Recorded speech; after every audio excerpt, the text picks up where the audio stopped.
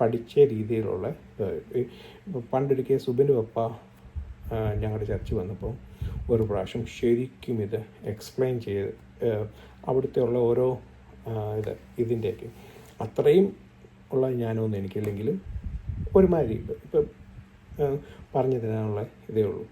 ഇപ്പം നല്ലൊരു ദേവദാസന്മാർക്ക് അതൊക്കെ ശരിക്കും ലൈക്ക് ഏതൊക്കെയാണ് പാർട്സ് ബൈ പാർട്സ് എന്ത് റെപ്രസെൻറ്റ് ചെയ്യുന്നു.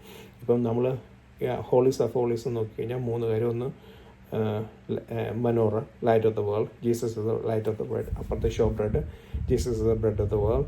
അപ്പുറത്ത് നോക്കുവാണെങ്കിൽ ഇൻസെൻസ് ഉണ്ട്. അതെന്താണെന്ന് വെച്ച് കഴിഞ്ഞാൽ നമ്മുടെ പ്രയർ അറ്റ് ദ സെയിം നമുക്ക് വേണ്ടി നമ്മുടെ ഇൻ്റർസെഷൻ ചെയ്യുന്ന മധ്യസ്ഥത വഹിക്കുന്ന ക്രിസ്തുവിൻ്റെ അത് എവറിത്തിങ് ഈസ് റിലേറ്റഡ് ടു ക്രിസ്തു. പക്ഷേങ്കിൽ ഇതിൻ്റെ ഔട്ടർ കവറിങ് വരുമ്പം സ്വർഗത്തോളം വരും, സ്വർഗത്തിനായിട്ട് കണക്ട് ചെയ്യുന്നത്. ഇപ്പം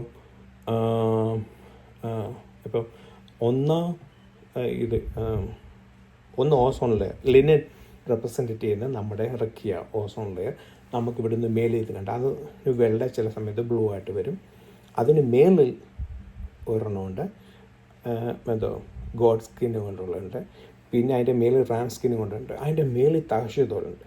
അത് ഇന്നേ വരെ ആരും കണ്ടിട്ടില്ല. അപ്പോൾ ഒന്നാം ഹെവനും നമ്മളുടെ ഭൂമിക്കും ഒന്നാം ഹെവനും മധ്യത്തിലാണ് ഈ ഓസോൺ ലെയർ പാർട്സ് നിൽക്കുന്നത്. മനസ്സിലായി? ഈ ലിനന് കൊണ്ടുള്ള ഉണ്ടാക്കിയ ഒന്നാം ഇതിരിക്കുന്നത്. രണ്ടാം ഹെവനും രണ്ടാം ഹെവനും മധ്യത്തിലാണ് ഈ പ്ലാനറ്റോറി സിസ്റ്റം, ഏഞ്ചൽസും ദൂതന്മാരും എല്ലാം നിൽക്കുന്നത്. പക്ഷെ ഇവിടെയും ഒരു ഒത്തിരി മിസ്കൺസെപ്ഷനും ഒക്കെ ഉണ്ട്. എന്താണെന്ന് വെച്ച് കഴിഞ്ഞാൽ ഈ പ്ലാനറ്ററി സിസ്റ്റം ദൈവം പലപ്പോഴും നമ്മൾ സൈന്യങ്ങളുടെ യഹോവേ തിരുനിവാസം 84 സങ്കീർത്തനത്തെ സൈന്യങ്ങളുടെ യഹോവേ തിരുനിവാസം എത്ര മനോഹരം. ആ സൈന്യങ്ങളുടെ യഹോവേ എന്ന് വായിക്കുമ്പം നമ്മൾ ഹീബ്രുവിൽ വായിക്കുമ്പം അഡോണായ് സാബോത്ത് എന്നാണ് സാബോത്ത് എന്നാണ് വായിക്കുന്നത്. അത് യുദ്ധവീരനായ യഹോവ എന്നാണ് വായിക്കുന്നത്. അപ്പം യഹോവയുടെ സൈന്യം എന്ന് വെച്ച് കഴിഞ്ഞാൽ ദൂതന്മാരാണെന്ന് പലരും പറയും.